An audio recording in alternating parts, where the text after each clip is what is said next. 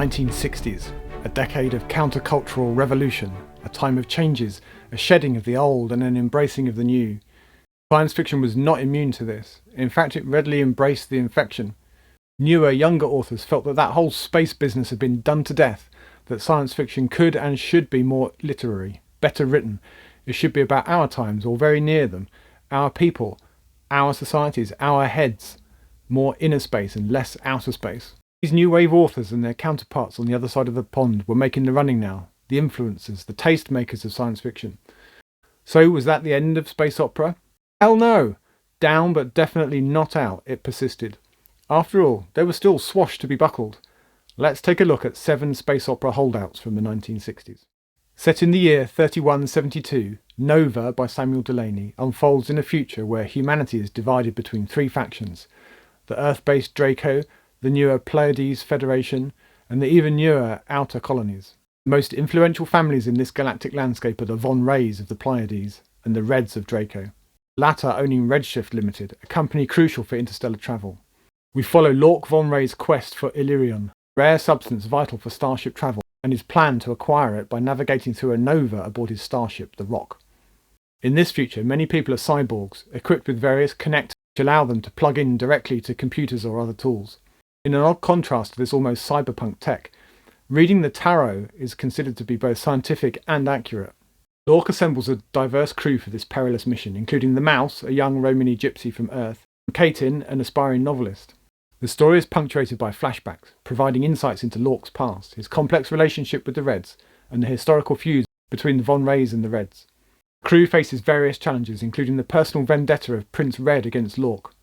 We get intense rivalry, revenge, and sacrifice against the backdrop of a futuristic society grappling with power dynamics and the scarcity of Illyrion. As the Rock approaches its destination, tensions escalate and Lork must confront his adversaries, Prince Red and his sister Ruby. The narrative takes an unexpected turn as Lork seizes control of the situation, but not without significant consequences. The novel concludes with Katin and the Mouse departing the Rock, contemplating the incomplete tale of their last voyage.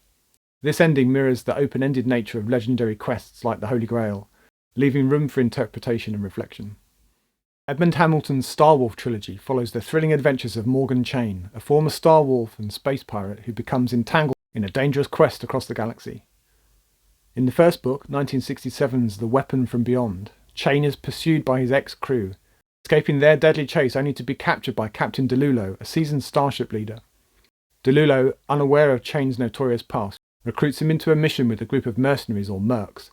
Their objective is on planet Coral, threatened by the Vol, who seek superweapons capable of destroying the entire world.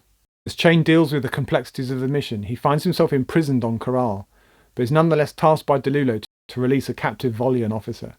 The mercs, facing challenges from both Starwolves and Vol forces, eventually discover the supposed superweapons in a nebula, only to find a colossal alien spaceship wreckage instead. The truth unfolds when Volian scientists reveal the ship belonged to the ancient Krill, a powerful alien race in stasis.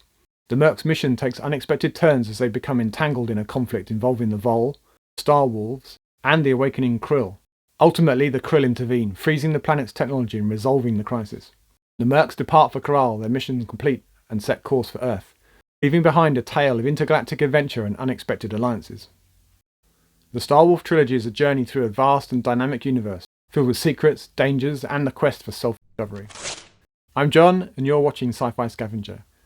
Welcome, and if you're new around here and this is the kind of science fiction content that you appreciate, then I really encourage you to join the gang and subscribe. And you could hit the like button while you're at it. Thank you, it really helps me to grow the channel. Solarians by Norman Spinrad, published in 1966, unfolds in a distant future where humanity has spread throughout the galaxy, but is on the brink of extinction due to a prolonged war with the machine-like Duglari, numerically and technologically superior to humans.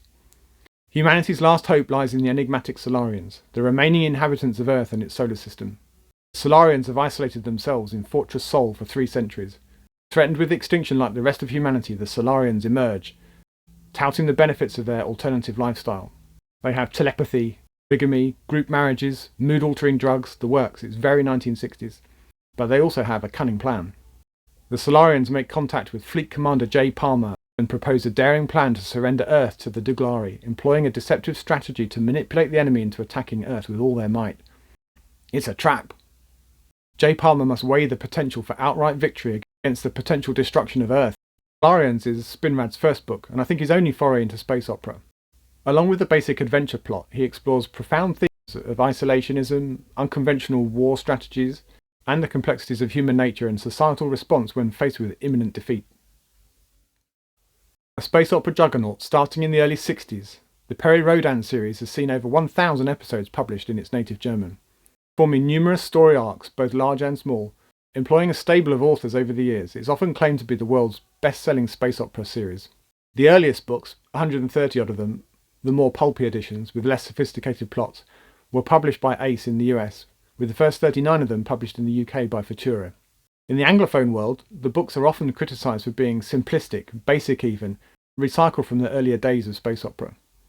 As the series progressed, the plots in fact became quite complex and sophisticated, but sadly those are lost to the English-speaking world as they've not been translated from German.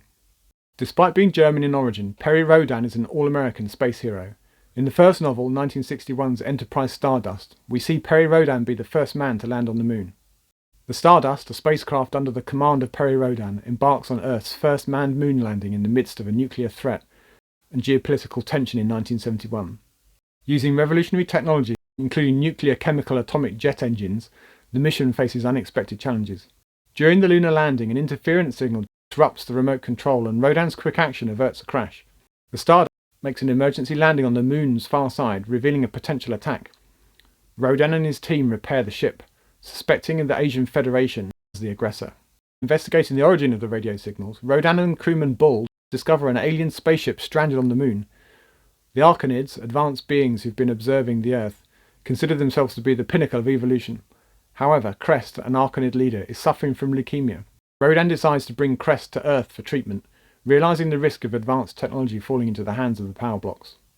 To prevent oppression and to maintain global balance, Rhodan establishes the Third Power, a neutral force between Earth's major factions.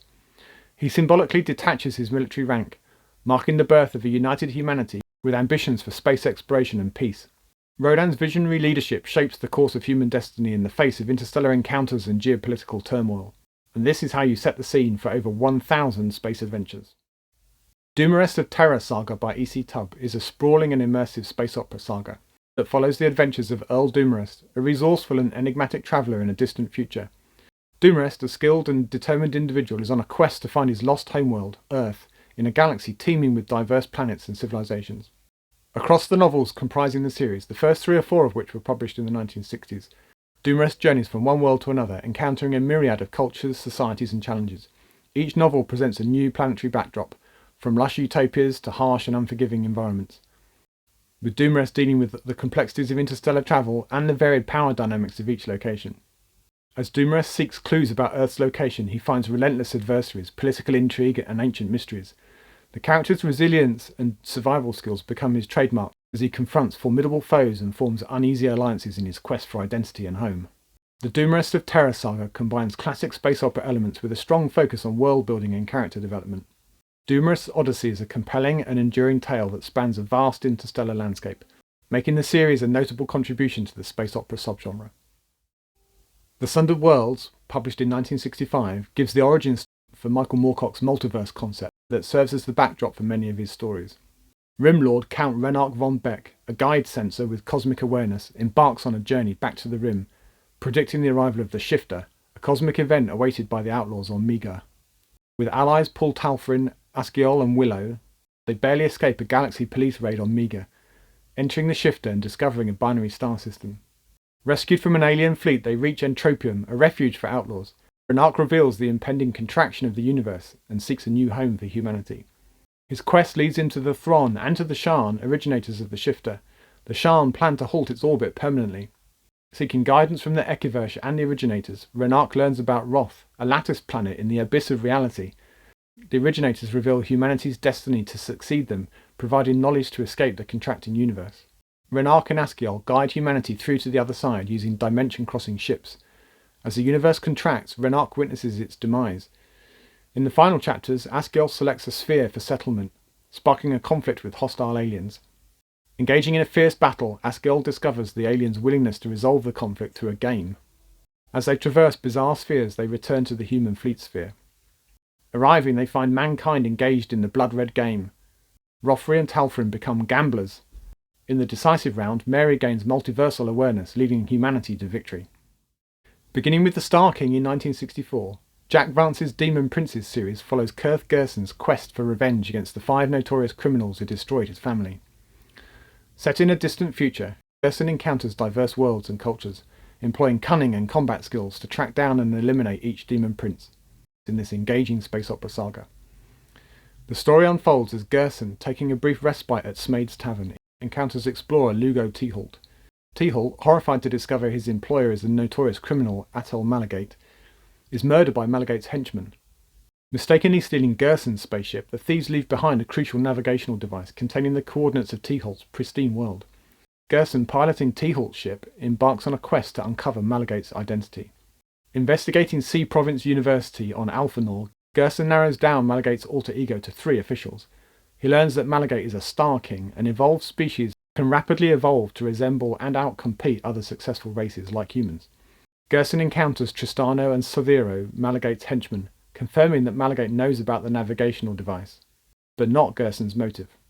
Aiding Palace at Rhodan, Gerson unravels clues leading to Dace's secret base. Taking the officials to Teehalt's world, he exposes Malagate's plans to purchase the pristine planet. Gerson rescues Palace, captures Dace, and confronts Malagate, revealing his true identity as a Star King. Dace's betrayal exposes Malagate's deceit, convincing the officials and securing Malagate's swift execution. Malagate escapes, but soon meets a gruesome fate at the hands of the native life forms on Teehalt's world. And there you have it, fellow cosmic travellers. Our odyssey through the space opera wonders of the 1960s is complete. If you enjoyed this, then you can take a look at the 2 previous episodes, covering the 30s and 40s up here, and down here for the 1950s. As always, thank you for watching, and until the next time, goodbye for now.